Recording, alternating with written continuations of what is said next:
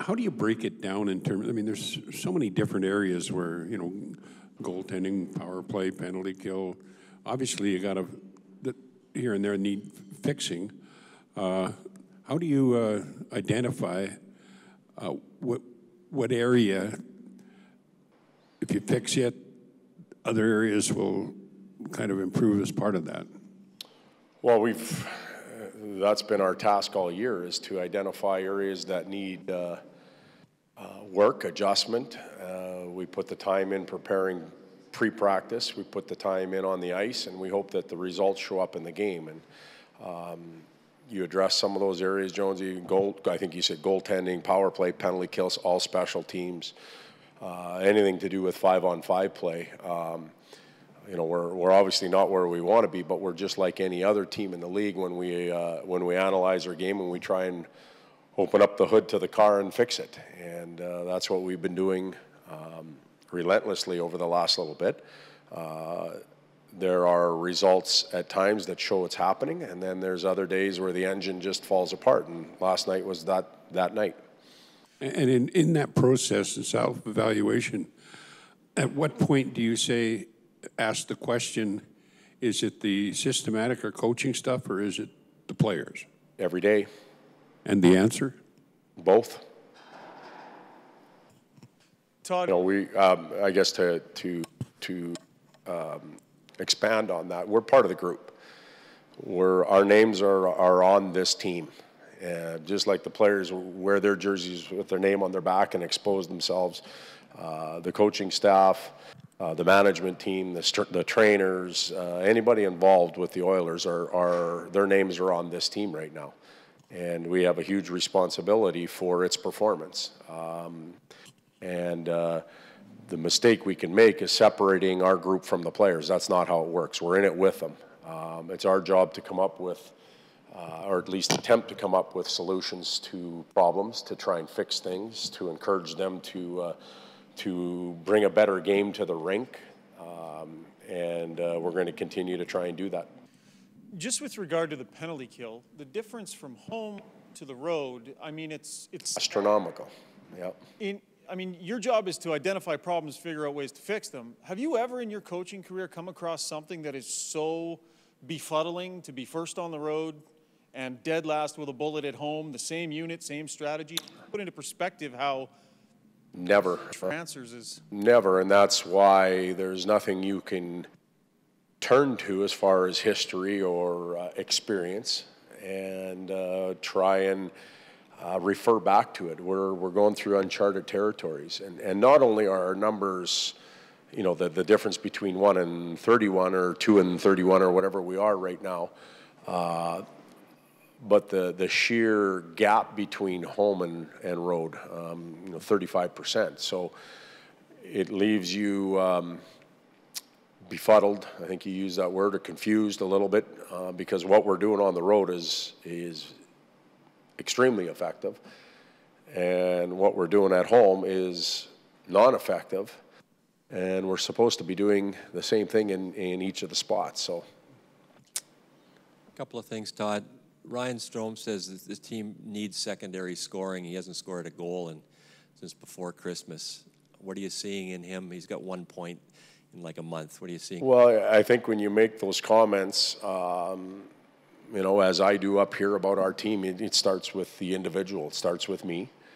It starts with the player that shares that thought with you, and I'm glad that they do, because that's what they're paid to do, is talk and communicate with you guys. But it starts with that individual, and yes, we do need secondary scoring, and yes, we do need it from Ryan Strome, and I'm glad that he recognizes it. That's the easy part. That's the easy part for all of us. We can all, my wife can tell me that at home. The tough part is how are we going to get it, and when are we going to get it, and that's what we're trying to solve. The other question is, would it be easier if you at least had a power play that was going even middle of the pack? Yep. Compared to, it's very rare that a team is awful, in terms of league status in both, isn't it? I mean, you've coached a long time. No, it would help. Definitely would. And, we addressed the penalty kill with Ryan, the power play. is getting as much love as anything. You know, we have a Hall of Famer here now that's sharing thoughts and ideas with us on the power play, and the amount of talent and skill, vision that we can put on the ice. As I said last night, with the proof of past success, you would think at some point we would be able to get the job done. You know, we've tried different quarterbacks. We flipped players around from side to side, giving different angles and looks at the net, changed net front players, changed slot players. At some point, it's also a mental block for us. We have to expect to have success. And the power play is an interesting one, because if you have success 1 out of every 5 times, you end up with pretty good numbers. You know, and that's at 20%. It's a failing number. Yet that's all you need to feel good about it, and we haven't been able to get to that point as well. Todd, you talked about the penalty kill on home ice. Is it indicative of a bigger issue with your team on home ice? They seem to be a different group largely when you're here. Is that the weight of expectation? Is it when the fans, like, what's the difference? Well, I'm sure it's part of it. You know, it is part of the illness with our team here on home ice is the penalty kill. Why we're not performing at the level that we need to at home has been a question we've asked all year. And it wasn't that we just fell into this. We played one good game at the beginning of the year against Calgary. And then after that, we haven't performed at a steady level at home all year. There's no doubt that our game on the road is much better. There's no excuses from our end. None that I'm going to make anyhow, as far as the the pressure of the fans or expectations or anything like that. We should feel good about playing here at home.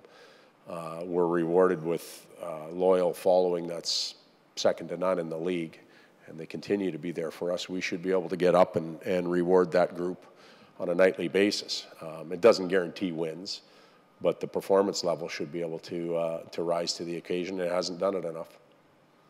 What about the, further to that, just the, I mean, this is a blue-collar town. They really appreciate work, and it seems like, you know, in a night like last night, that's what they're most upset about, is the apparent, you know, what you used to call folding your hand and all that, but just the lack of apparent effort. Well, that's alarming and concerning. And if I was, and I am, a fan of our team, I would be disappointed, as I am today. That is I go back to the old adage of the everybody plays for the logo on the front, but you advertise your name on the back.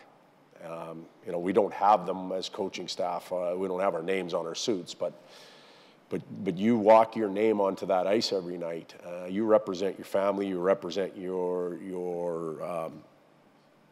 world, and you have to do that at a very high level while you're entertaining. And the people here in Edmonton want to see a competitive group. That's the type of community we are. We scrape and we scratch and we claw and we survive. That's at least how I felt here in Edmonton in my time, and they want to see it on the ice, and it's our job to deliver it. You mentioned about the power play. Does Connor McDavid have to shoot the puck from that spot he's going to stand in, so the goalie thinking, you know what, he might score a goal from there, as opposed to the other team? It's like a 2-on-1, you know, with a center, and always knowing the guy's going to pass, he's never going to shoot. If I told you Connor shot the puck more on the power play this year than last year, would you believe me? He has. If I told you we've shot the puck more on our power play this year than last year overall, would you believe me? No, but we have. You know, so there's the quandary that we go through. Now, is the quality of shot good? Is the positioning well? Is the timing right? Are we getting to rebounds and secondary chances? The sheer number and volume of shots is not essential as the timing, the shot choice, the ability to have somebody in the eyes, the ability to come up with rebounds.